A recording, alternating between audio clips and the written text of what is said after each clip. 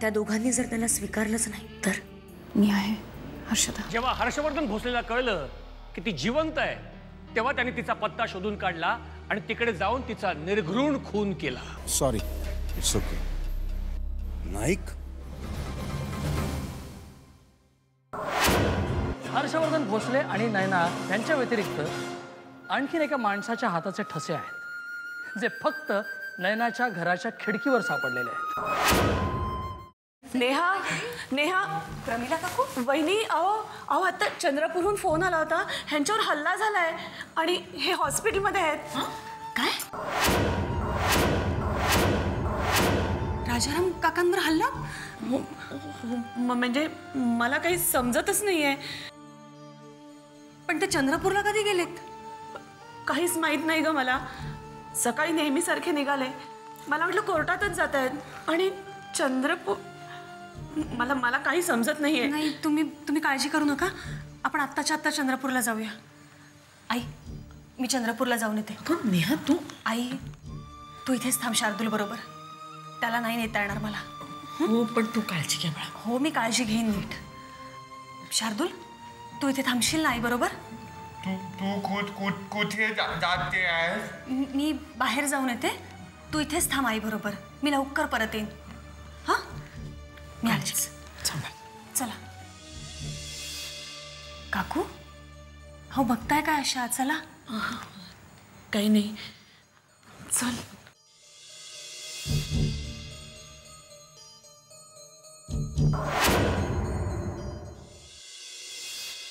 वहिनी, तू आज तरी कोर्टात यायला हवं होतंस. आज कशी येणार आधी? बाबा आलेत ना? काका आलेत? कधी? मगाशीच. पण ते तर कोणत्या तरी गावी गेले होते ना शाळेच्या कामासाठी. त्यांचं ते काम संपत आलं होतं. शिवाय त्यांना कुठून तरी कळलं इथे काय घडलं ते.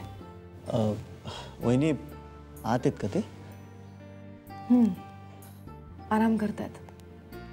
मीच म्हटलं त्यांना दिवसभरच्या प्रवासानंतर थकले असतील ना. तुम्ही दमला असाल ना दिवसभर कोर्टात बसून बसून. म्हणजे जेवणाचं काय? नाही, तू नको काळजी करू आम्ही. नाही नाही वहिनी, हर्षदा म्हणते ते बरोबर. तूही दिवसभर ऑफिसमध्ये थकली असेल, तू जाऊन झोप. आम्ही बघू काय करायचं ते. बरं, येते.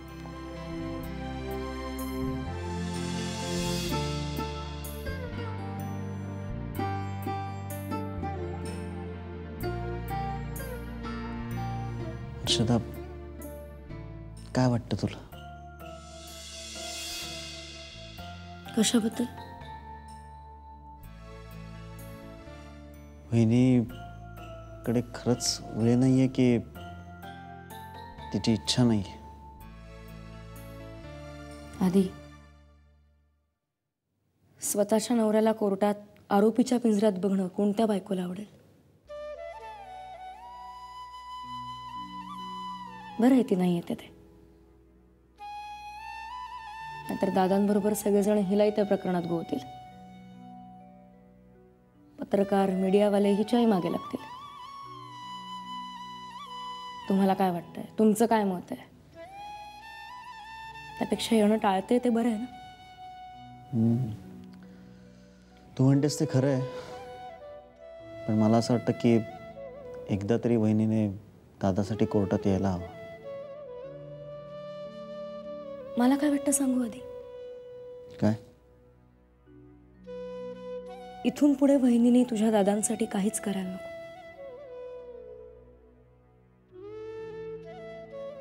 वहिनीच्या जागी मी असते ना, आणि तुझ्या दादांच्या जागी तू, तर तुझ्यासाठी कोर्टात येणं सोड, तुझं तोंडही बघितलं नसतं मी जन्माभर.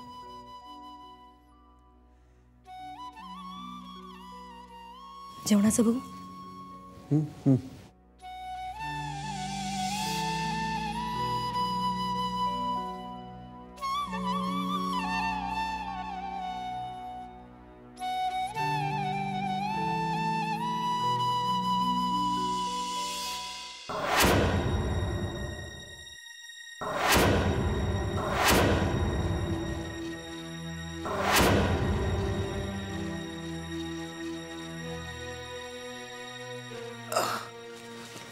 पांडेसाहेब अरे सचिनराव मी इथे. तुम्ही हॉस्पिटलमध्ये आहात पांडेसाहेब. काय नाही, कोर्टामध्ये मी धावत होतो आणि कोणीतरी मागून माझ्या डोक्यावरती. ऐक, सावकाश सावकाश. तुम्हाला जखम झाली आहे. तुम्ही पडून राहा शांतपणे. नाही पण मला इथे कोणी वीज घेऊन आलो. पांडेसाहेब मी कोर्टातून बाहेर पडलो आणि मला एका हवालदाराने सांगितलं की तुमचा ॲक्सिडेंट झाला आहे. मग आम्ही दोघे मिळून तुम्हाला इथे घेऊन आलो. आता कसं वाटतंय? काय ठीक आहे. माझ्या घरी सांगितलंय मी, कळवलंय. प्रमिला बहिणी आणि नेहा निघाल्यात तिकडून. पोचतील तेवढ्या वेळात. पांडेसाहेब तुम्ही पडून राहा. इनफॅक्ट झोपा. त्या आल्या की तुम्हाला उठवतो मी. बरं ठीक आहे ठीक आहे. प्लीज.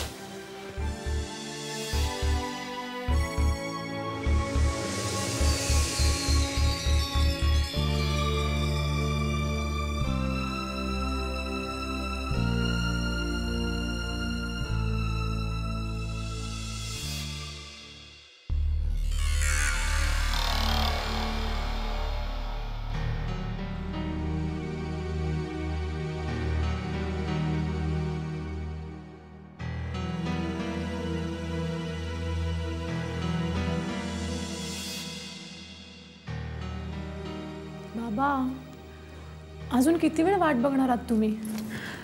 यांना उशीर होणार आहे. तुम्ही जेवून घ्या बरं. अगं पण किती उशीर? कुठे गेलाय? कुठे तो? ते हॉस्पिटलमध्ये गेलेत. हॉस्पिटलमध्ये? हां, आपले राजाराम पांढरे आहेत ना, त्यांना भेटायला गेलेत जरा. पांढरे आणि हॉस्पिटलमध्ये? हो. अहो त्यांच्यावर कोर्टात हल्ला झाला म्हणे. जखमी झालेत ते. माय गॉड.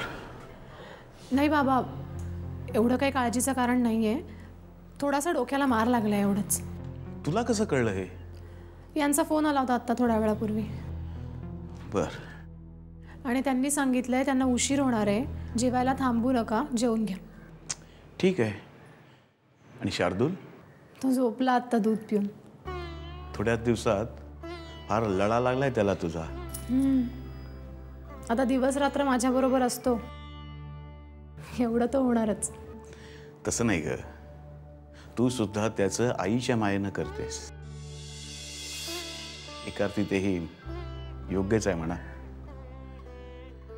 त्या बिचाराला अजून माहित नाही त्याची आई या जगात नाहीये. तिचा खून झालाय. त्या खुनाचा आरोप त्याच्या वडिलांवरती आहेत आणि ते सध्या तुरुंगात आहेत. आता त्याला ठाऊक नाही ते बरंच आहे, पण उद्या मोठा झाल्यानंतर त्याला हे कळलं तर काय परिणाम होतील त्याच्या मनावरती देव जाणे. जगाचे टोमणे खाऊन कदाचित त्याच्या मनात चीड निर्माण होईल त्याच्या आई वडिलांविषयी, जगाविषयी. आणि मग तो चोर, डाकू, दरोडेखोर. नाही, असं काहीच होणार नाही. अगं मी एक शक्यता बोलून दाखवली. जनरली अशा प्रकारची मुलं पुढे वाममार्गालाच लागतात. त्यांच्या डोक्यावर वेळीच कुणी प्रेमाचा हात ठेवला, त्यांना सावरलं, सांभाळलं तर हे टाळता येऊ शकतं. आणि नशिबाने तू शार्दूलच्या डोक्यावरती तसा हात ठेवलायस. हो, पण आयुष्यभरासाठी नाही. नशिबाने तू शार्दूलच्या डोक्यावरती तसा हात ठेवलायस. हो, पण आयुष्यभरासाठी नाही.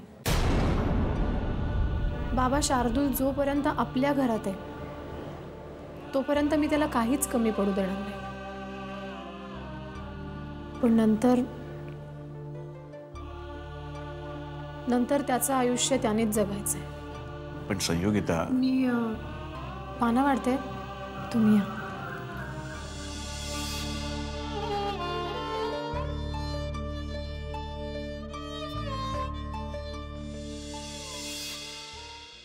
हर्षदा, अगं ये ना. काय करतेस? काही नाही, आत्ताच देवयानी झोपली, ऑफिसची काही कामं उरकत होते. का ग? काय नाही वहिनी, तुला काही मदत लागली तर सांग मला. मदत? कसली मदत? म्हणजे हेच ऑफिसच्या कामाची. अगं मी काळे सरांकडे होते ना, त्यामुळे मग साईटवर जाऊन तिथला रिपोर्ट काढणं, या सगळ्याचा एक्सपिरियन्स आहे मला. अगं पण ती सगळी कामं उदापुरे बघतात. मग ठीक आहे, एखादं हिशोब टॅली करण्याचं काम किंवा काही पण नक्की सांग. पण मला वाटतं दादांना आवडणार नाही ना मी ऑफिसच्या कामांमध्ये हस्तक्षेप करणं. ते रागवतील.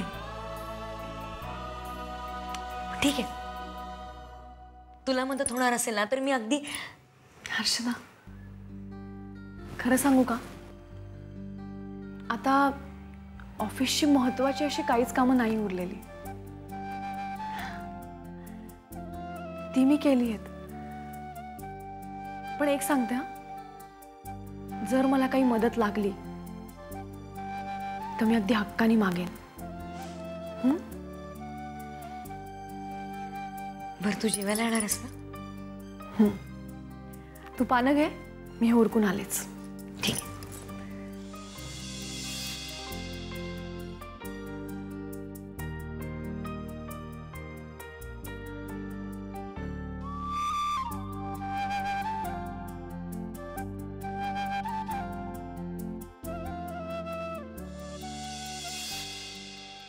काय होऊन बसलंय हो हे सगळं, मला तर काही समजतच नाही. अगं तुम्ही शांत व्हा बरं, सावरा स्वतःला. अगं कशी सावरू स्वतःला? मागे सुद्धा एकदा मरणाच्या दारात जाऊन परत आले ते, आणि आता हे सगळं. हे बा प्रमिला, अगं मी काही मेलेलो नाही. का रडतीस उगाच? हो, तेवढंच बाकी राहिलंय. तसं ना, एवढं लागलंय तुमच्या डोक्याला. उद्या जर काही कमी जास्त झालं असतं तर मी काय केलं असतं? नाही झालं ना जास्त काही, मग का उगाच काळजी करतेस?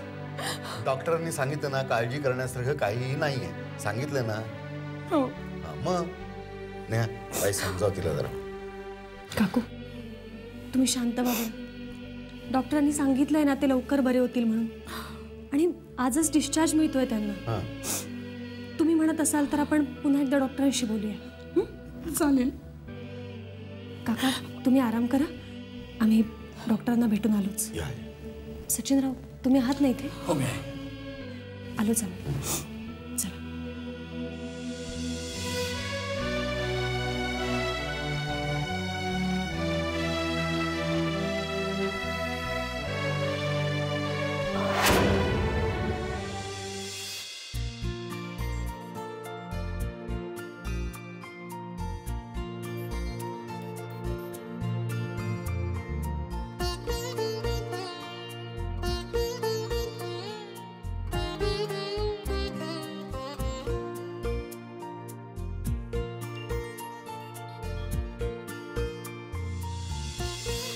थोड्याच दिवसात फार लळा लागलाय त्याला तुझा. तू सुद्धा त्याचं आईच्या मायेनं करतेस. एका अर्थी तेही योग्यच आहे म्हणा.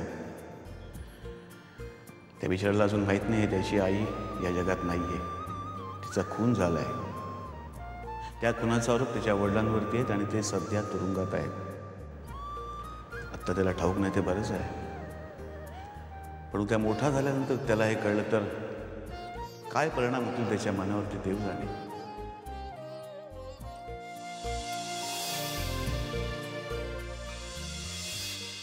सचिनराव, थँक्स.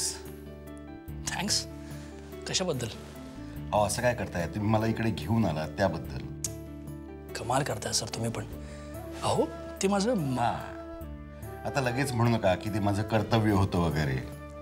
नाही, म्हणजे मला माहिती की तुम्ही खूप कर्तव्य दक्ष आहात, पण काय ते खूप क्रेडिटेबल आहे. सचिनराव, आजच्या जगामध्ये कर्तव्य पार पडणं सोडा, पण कर्तव्याची जाणीव असणं हे सुद्धा खूप रेअर होऊन बसलेलं आहे. बरं बरं, ओके.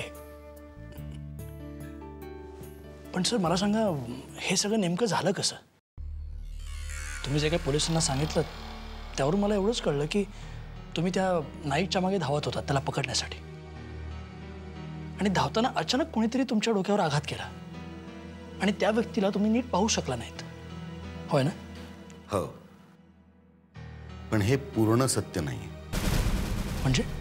म्हणजे नाईकचा पाठलाग करत असताना माझ्यावरती मागून कोणीतरी प्रहार केला हे खरं आहे, पण त्या व्यक्तीला मी पाहू शकलो नाही हे मात्र तितकंसं खरं नाही. म्हणजे तुम्ही त्या माणसाला बघितलेत? माणसाला नाही, बाईला. बाई? हा, त्या बाईला मी आधी कुठेतरी पाहिलेलं आहे. काय कुठे ते नक्की आठवत नाहीये मला, पण कुठेतरी पाहिलं एवढं मात्र नक्की. पण एक आहे सचिनराव, त्या नाईकला आणि त्याला मदत करणाऱ्या त्या बाईला मी नक्की शोधून काढेन, अगदी पाताळात लपलेत तरी सुद्धा.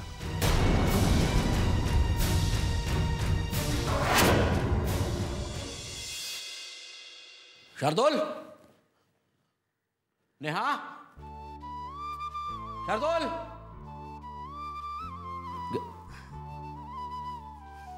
हा, शार्दूल कुठे? नाही, ते वरती चित्र काढतायत. नेहा? ती जरा प्रमिला वहिनींबरोबर गेली चंद्रपूरला राजाराम दादांना आणायला.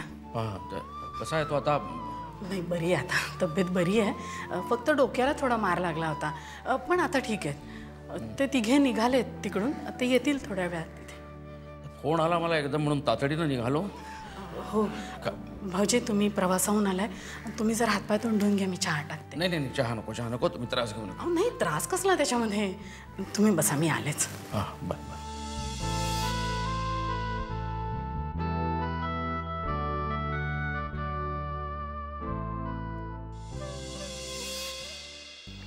सचिन, हर्षवर्धन भोसलेंच्या केसची काय परिस्थिती आहे? म्हणजे काही चान्सेस आहेत का? आता तरी काही निश्चित सांगता येणार नाही. आजचा दिवस खूप महत्त्वाचा आहे.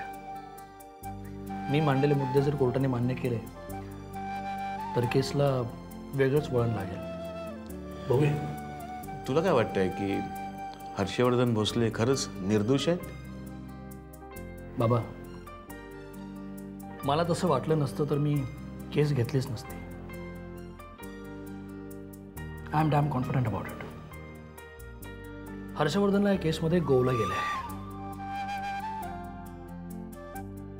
आणि हे मी आज कोर्टात सिद्ध करणार. थँक्यू. मामा, शार्दूल कुठे? झोपलाय वरती. बरं संयोगिता, तुला विद्याबाई म्हणून एका बाईंचा फोन येईल. विद्याबाई? हो, त्या आधी वकील होत्या, आता मुलांसाठी अनाथ आश्रम चालवतात. मी त्यांच्याशी बोललो आहे शार्दूलबद्दल. काय? हेच की शार्दूलला त्यांच्या अनाथ आश्रमात ठेवता येईल का. अरे पण बाबा, आज ना उद्या ते करावं लागणारच आहे ना. काय बरोबर आहे ना संयोगिता? कधी येणार आहे त्यांचा फोन? दुपारी येईल कदाचित. तू बोलून घे त्यांच्याशी, मी आल्यावर आपण बोलूच सविस्तर. पण अनाथाश्रमात त्याला काही त्रास होणार नाही ना? अजिबात नाही.